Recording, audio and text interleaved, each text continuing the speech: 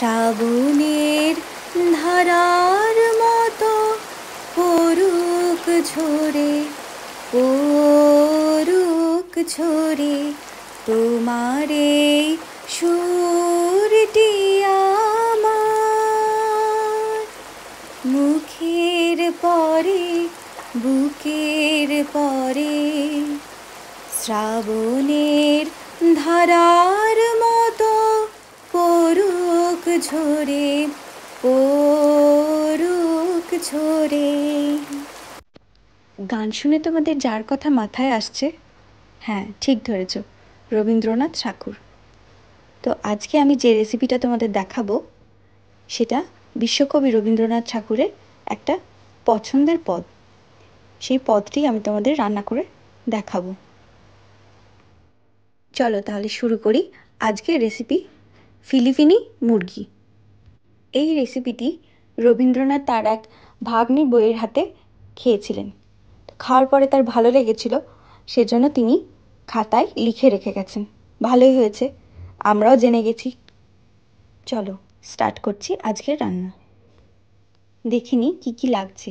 Chicken, পেঁয়াজ কুচি, সাদা তেল, একটু বাটার, নারকেলের দুধ, রসুন বাটা, ভিনিগার, নুন আর গোলমরিচ গুঁড়ো। এবার চিকেনটাকে আমি কিছুক্ষণের জন্য ম্যারিনেট করে রাখবো। চিকেনের মধ্যে আমি নিয়ে নিচ্ছি নুন, 1 চা চামচ ভিনিগার, 1 চা চামচ রসুন বাটা, আর দিয়ে দেবো 1 চা চামচ গোলমরিচের গুঁড়ো। যারা ঝাল খেতে পছন্দ করো তারা আরেকটু বেশি দিতে পারো। এবার আমি চিকেনটাকে ভালো করে মেখে নেব এবং মেখে নিয়ে 30 মিনিটের মতো ঢাকা দিয়ে রেখে দেব।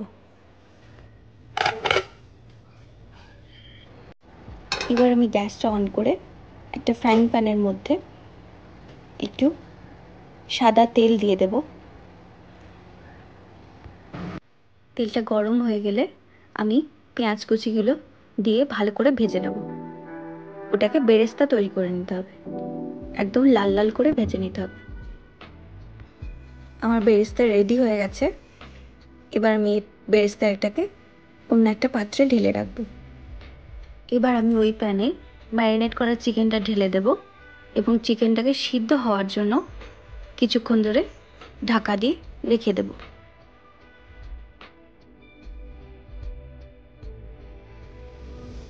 পাঁচ মিনিট পর আমি ঢাকা খুলে ওই চিকেনের মধ্যে আরেকটু জল দিয়ে দেবো যেন ভালোভাবে সিদ্ধ হয়ে যায় এবং চিকেনটা পুরো শুকনো করে নিতে হবে।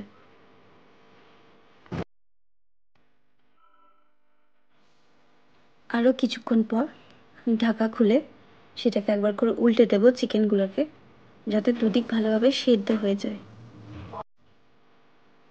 দেখো আমার চিকেনটা হয়ে গেছে, একদম জলটা টেনে নিয়েছে। আবার ওই প্যানের মধ্যে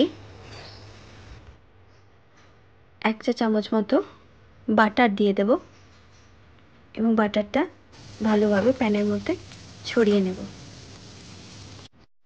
তার মধ্যে ঢেলে দেব সিদ্ধ করা চিকেনটা এবং চিকেনটাকে আরেকটু ভালো করে বাটারের মধ্যে ভেজে নেব, একদম লাল লাল করে ভেজে নেব। রান্না একদমই শেষের দিকে, চিকেনটা ভাজা হয়ে গেছে, ব্রাউন ব্রাউন করে ভেজে নিয়েছি। এবার ওর মধ্যে দিয়ে দিলাম নারকেলের দুধটা। নারকেলের দুধ দিয়ে কিছুক্ষণ ফুটতে দিতে হবে। এবার আমি এর মধ্যে একটু চিনি অ্যাড করে দেব। রান্না একদম শেষের মুখে, হয়েই গেছে প্রায়। এবার আমি গ্যাসটা অফ করে দিচ্ছি।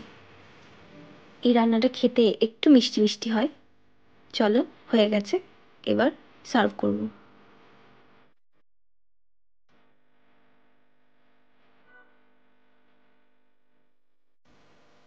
এবার আমি উপর থেকে ছড়িয়ে দেবো একটু বেরেস্তা। বেরেস্তা আমরা যে রান্নাতেই দিই না কেন, রান্নার স্বাদটা একটু বাড়িয়েই দেয়। দেখো রেডি হয়ে গেছে রবীন্দ্রনাথ ঠাকুরের একটি পছন্দের পদ, ফিলিপিনি মুরগি। তোমরা খেয়ে আমাকে জানিও তোমাদের কেমন লাগলো। আবার চলে আসবো অন্য কোনো ব্লগে, অন্য কোনো রেসিপি নিয়ে। ততদিন সুস্থ থাকো, ভালো থাকো। Please do like, comment and share and subscribe.